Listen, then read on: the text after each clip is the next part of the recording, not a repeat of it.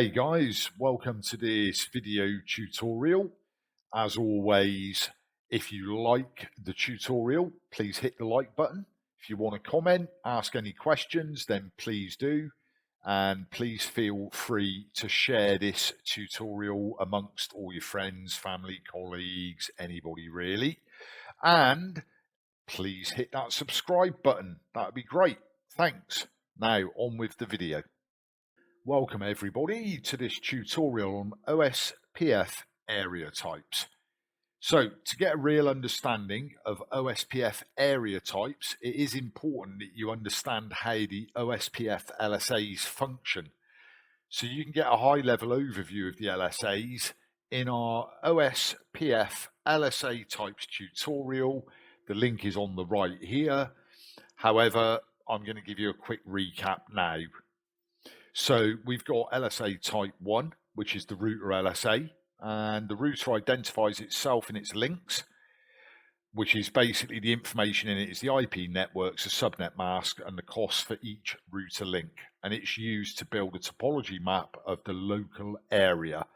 It will only stay inside its area of origin. Type 2 is a network LSA, and it's sent by the designated router or the DR. And this is when multiple routers are connected to the same multi-access link or segment. Then we've got the Type 3s. These are the summary LSAs, and they contain IP networks from foreign areas. They're sent by area border routers or ABRs in both directions. And they summarize Type 1, Type 2, and Type 3 LSAs. Then we've got Type 4, which are the Autonomous System Border Router or ASBR summary LSAs. These are instructions on how to reach the ASBRs, and they're sent by the ABR when the ASBR is in a foreign area.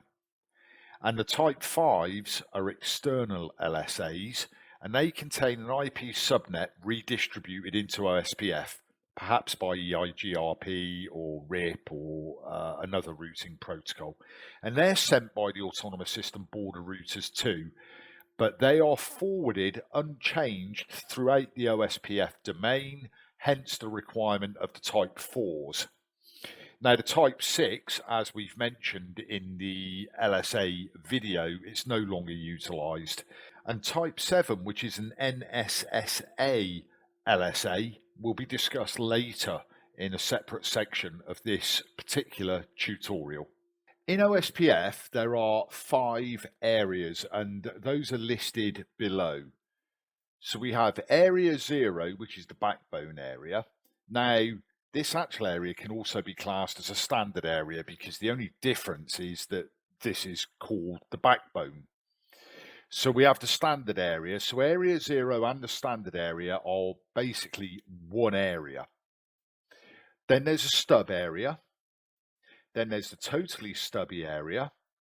The not so stubby area, also known as NSSA, and the totally not so stubby area. So the next slides will describe all of these areas in more detail. Let's start with Area 0, the backbone area, and Area 10, standard area. As you can tell, the reason we say that Area 0 can be classed as a standard area is because, as per a standard area, it utilises Type 1 and 2 LSAs to communicate. What makes Area 0 different is that it is the centre of the OSPF domain. So what do I mean by the centre of the OSPF domain? Well, it means that any other area, whether by means of a direct connection, as we see here with router 2, where one interface is in Area 10 and the other interface is in Area 0, or whether it be by a virtual tunneled connection, every area must be connected to Area 0, hence it being the centre of the OSPF domain. And as I've said, the reason that I wanted to ensure that you were up to speed with the LSA types and what they did was because, as I've just stated, Type 1 and 2 is going to be seen within these standard areas. Type 3 is going to be transmitted between the areas and summarized by an ABR. Type 5 is going to be transmitted unchanged from an ASBR, advertising an external redistributed route into OSPF, and Type 4 tells each area how to get to the ASBR when it's in a foreign area. So the Type 4 would only go into area 0 here, because the ABR would say to get to the ASBR, use me route 2. Now let's take a look at stub areas. So in the diagram below, we have 4 areas, including backbone area 0. So we have area 10, area 20, area 30, and as just mentioned, area 0, the backbone area. All of these areas are actually going to start out as normal areas. But if we take a closer look at area 20, we notice that no matter how many routers are in this area, all the traffic leaving this area destined for area 10, area 30, area 0, or one of these 2 foreign 100 subnets that are being redistributed by R7 and R5 are going to pass through router 3. So we have to ask the question, is it really necessary for area 20 to maintain 200 different routes for these 200 type 5 LSAs that exist there? Well, the answer to that is no. Now, this is the key when planning to create a stub area within an OSPF domain. A stub area is actually the same as a standard area, except it doesn't allow type 4 and type 5 LSAs. So the 200 type 5 LSAs will actually disappear when we make area 20 a stub area. But even though we've configured area 20 to be a stub area, it's not the end of the configuration work, because the routers within area 20 will not know how to get to the 100 redistributed subnets that ASBR router 5 has injected, and the 100 redistributed subnets that router 7 has injected. So what router 3 ABR will do is it will inject a default route of type 3 LSA for 0000/0 into area 20. So with that default route now in place, all the routers in area 20 will know how to get to the 100 subnets that are redistributed by R5 and the 100 subnets that are redistributed by R7. So because of us turning area 20 into a stub, what it's done is it's maintained the connectivity for all the routers in this area, but spared them the additional overhead of an additional 200 routes from the 200 type 5 LSAs that did exist within this area. So to summarize a stub area, we could simply say, look, it gets rid of all type 4 and type 5 LSAs and replaces it with a single type 3 LSA. Now let's have a look at a totally stubby area. So we're going to maintain the same topology that we used in the stub area explanation, but what we've done is we've added 10 type 1-2s to area 0, 10 type 1-2s to area 10, 10 type 1-2s to area 20, and 10 type 1-2s to area 30, which means that in area 0 we have 30 type 3s, in area 30 we have 30 type 3s, in area 10 we have 30 type 3s, and in area 20, because we have to include the injected type 3 default route because it's a stub, we have 31 type 3 LSAs. So if we take a look at area 20 and we were to look at all the routers in area 20, we know that to get to area 0, or to get to area 10, or to get to area 30, all of the traffic must go through ABR router 3, which basically means, do we need to maintain 30 extra routes within area 20 that are type 3? Remember, they've been injected into area 20 when all the routers here know that to get to area 0, area 10, or area 30, they have to go through router 3. Well, the answer to that question is more than likely no, they don't need that, which means that we can actually optimize area 20 further by creating what is called a totally stubby area, or a total stub. So the actual difference between a stub area and a totally stub area is that type 3s are also not allowed. So not only are type 4 and 5s not allowed, but we add in the type 3.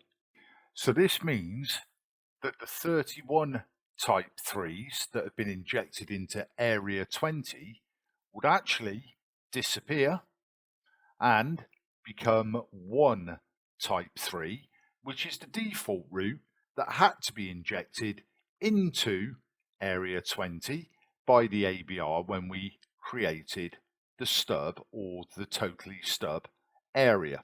So in effect, what we've done with area 20 is we have saved all the routers having to hold 200 extra routes for the 200 type 5 LSAs that would have existed here, plus the 30 type 3 LSAs that would have existed here, only leaving us the default route injected by the ABR R3. So you can now see, when you plan your OSPF domain, how stub areas and totally stub areas, or totally stubby areas, can help with optimization within that OSPF domain. So now let's take a look at a not so stubby area. So let's have a look at our area 30, our standard area. Now, could we turn this into a stub area? Well, given that type 5s and type 4s are not allowed in a stub area, and ASBR router 7 is redistributing the 100 subnets, then what would actually happen is the type 5s would not be there, and therefore any routers within area 30 would not be able to advertise to ABR R4, and therefore area 0, area 10, area 20 would not know how to get to these 100 subnets. So how can we get around this issue? Because we also, remember, can't turn it into a totally stub area, because that as well doesn't allow type 5, type 4 and type 3 into the area. What we can do to overcome this problem is we can create what is called a not so stubby area, or an NSSA. So area 30 becomes an NSSA. This actually means that the type 5 LSAs will disappear from the area, which in itself gets rid of the 200 routes that the type 5 LSAs would have produced. Now, they'll be replaced by, and we noted this on the first slide of this presentation where we said we would discuss type 7 LSAs during this tutorial video, and this is where the type 7 comes into play. So the type 5 LSAs are replaced by type 7 LSAs. A type 7 LSA is very similar to a type 5 LSA. So like a type 5 LSA, a type 7 LSA redistributes the external 100 foreign subnets into area 30 of the whole OSPF domain. However, there is a difference. Unlike Type 5 LSAs, which are propagated throughout the OSPF domain, a Type 7 LSA is confined to the NSSA and cannot leave it. Furthermore, as per Type 5 LSAs, because there are 100 foreign subnets that need to be redistributed, there will also be 100 Type 7 LSAs sent by the ASBR router 7, as we see here. But, as I'm sure you've noticed, we now have an issue. How do these Type 7 LSA routes get beyond this area, Area 30, the NSSA, if they are only allowed within this NSSA area?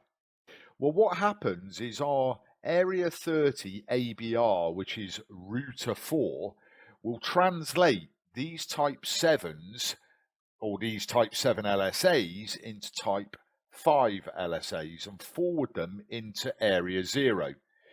These Type 5 LSAs, as per all other Type 5 LSAs, will then get propagated throughout the OSPF domain. So Area 0 and Area 10 will have the Type 5 LSAs. So they will still know how to get to these 100 foreign subnets that are redistributed into Area 30 by router 7. So let's take a look at a totally not so stubby area. If we were to take a closer look at Area 30, the NSSA, we could ask ourselves the simple question, can we optimize this further? And the answer to that is yes, we can, because as per Area 20, that was a stub area that we turned into a total stub, we can do the same with Area 30, where we turn the NSSA into a totally not so stubby area. The difference between a totally not so stubby area and a not so stubby area is simply that in a totally not so stubby area, Type 3 LSAs are no longer permitted. This means that all of these Type 3 LSAs that appear in Area 30, which cover Area 0's 10 Type 12s, Area 10's 10 Type 12s, and Area 20's 10 Type 12s, will disappear. However, a default route will be injected into the area by the ABR router 4 via a Type 3 LSA. This means that we will now only have one Type 3 with a default route instead of the 30 Type 3s that we originally had. This means that any router in Area 30 will now know how to send traffic destined for Area 0 subnets, Area 10 subnets, and Area 20 subnets. And it will say to get there, go through router 4, the ABR. Do you also remember a couple of slides back, we discussed a problem that could happen with regards to a default route here that we would have to administratively, manually configure. Well, this also takes care of that problem because now all the routers here will know how to get to the 100 foreign subnets that are redistributed by R5 into Area 10. So this concludes the tutorial on OSPF area types. Please like and subscribe so you get notifications for the upcoming Configuring OSPF tutorials, where we'll also show you the LSAs in action within Wireshark and on the systems themselves. Thanks for watching this tutorial.